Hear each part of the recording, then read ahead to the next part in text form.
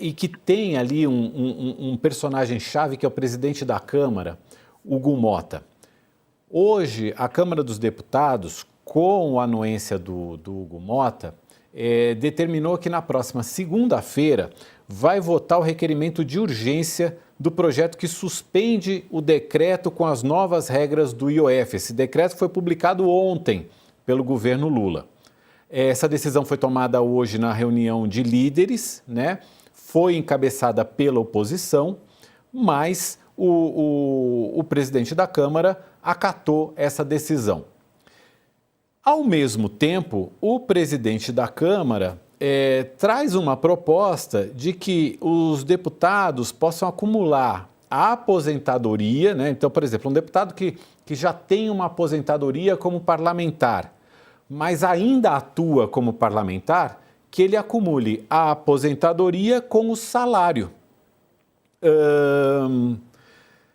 No momento em que está todo mundo cobrando que o governo corte gastos, etc, etc, inclusive o presidente da Câmara, Hugo Motta, que está aí cobrando que o governo corte, né, faça um extenso pacote de corte de gastos. Coach, como é que você analisa essas posturas do Hugo Motta? Ele participa da reunião no domingo com o Haddad, aí faz todo aquele anúncio, diz que é um anúncio histórico, né, de um acordo ali entre o governo e o Congresso. Aí hoje já está pautando para derrubar o decreto do governo e ainda por cima autorizando aí, propondo, né, essa acumulação entre aposentadoria e salários de parlamentares.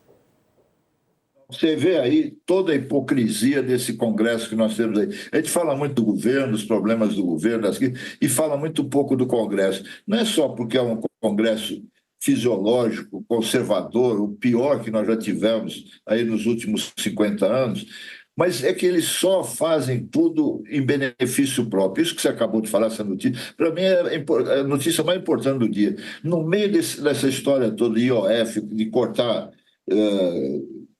gastos, não aumentar impostos e tal, o Congresso, a Câmara principalmente, não aceita cortar as emendas parlamentares, que esse ano chegam a 50 bilhões de reais, e além disso, ainda quer gastar mais, permitindo um negócio que hoje é proibido, acumular aposentadoria com salário de deputado. Quer dizer, eles estão se lixando para o país. Esse é o problema. É uma esculhambação.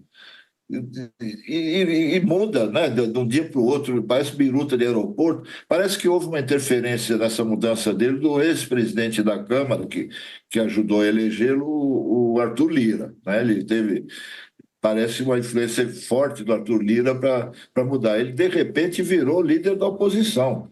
Né? Que não é possível. O problema central do país é que não tem dinheiro, acabou o dinheiro. Né? Aí eles querem que o governo corte na própria carne, fazem discursos demagógicos todo dia no Congresso, e na hora do vamos ver, eles querem gastar mais. Aliás, esse é o grande problema que envolve o judiciário também. Né? O judiciário também não admite que se mexa nos penduricalhos, nos supersalários, nos privilégios que eles têm. Então não tem saída. Quer dizer, Brasília está do jeito que o diabo gosta. Essa semana o Mota comprou briga ao mesmo tempo com o Supremo, com o ministro Flávio Dino, porque ele não quer apresentar,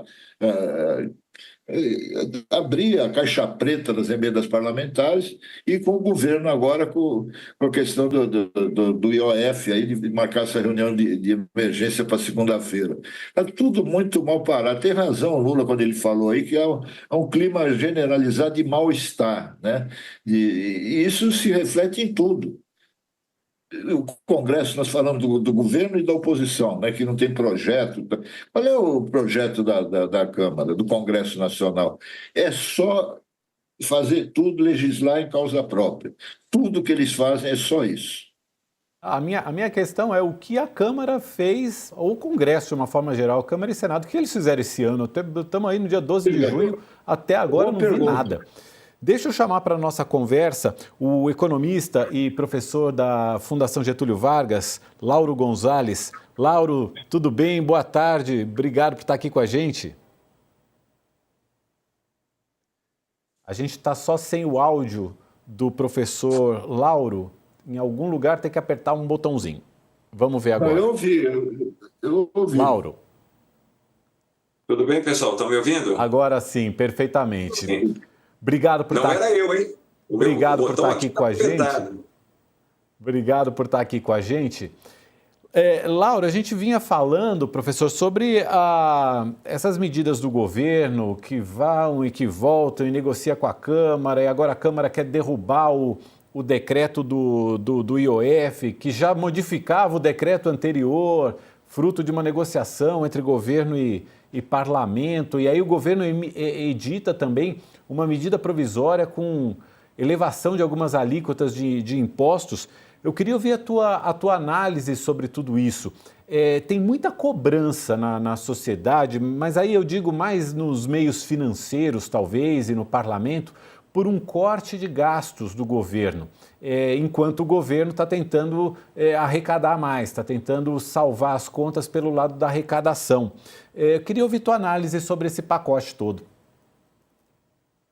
Pois é, a primeira questão é qual o pacote, né? Nós não sabemos exatamente o que é, não sabemos também como é que vai ficar. Eu estava acompanhando a discussão de vocês aí, tanto o Couto quanto o Rafael, e de fato nós temos via de regra já é muito complicada a discussão fiscal no Congresso, especialmente quando nós já estamos aí na segunda metade do governo.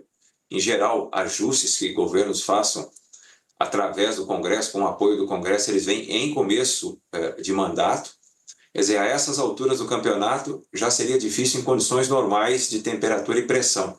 Se nós adicionarmos a isso esse ambiente extremamente polarizado que o Rafael estava falando, para além dessa qualidade do Congresso que o Couto mencionou, fica mais complicado ainda.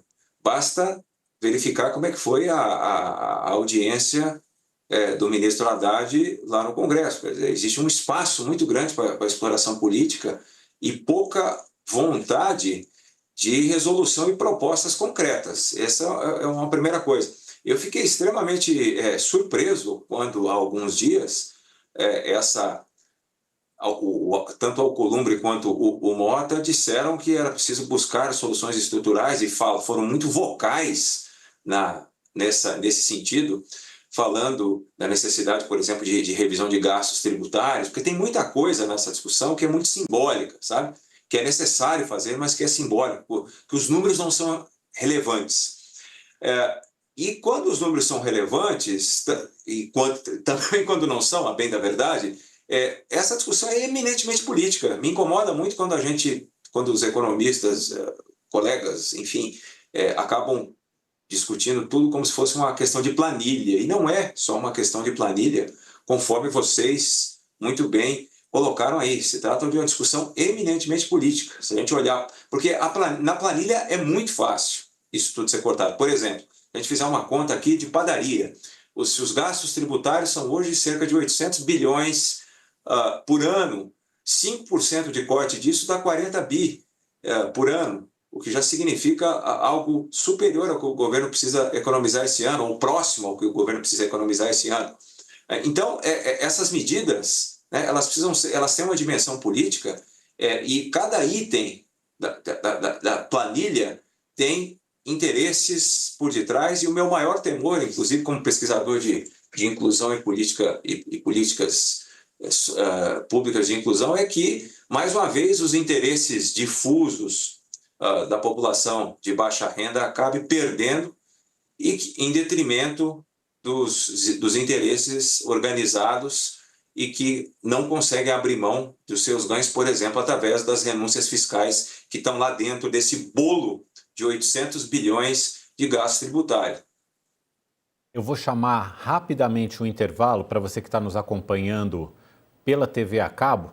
A gente volta já já. E para nós que estamos aqui nos meios digitais, a gente continua com o All News.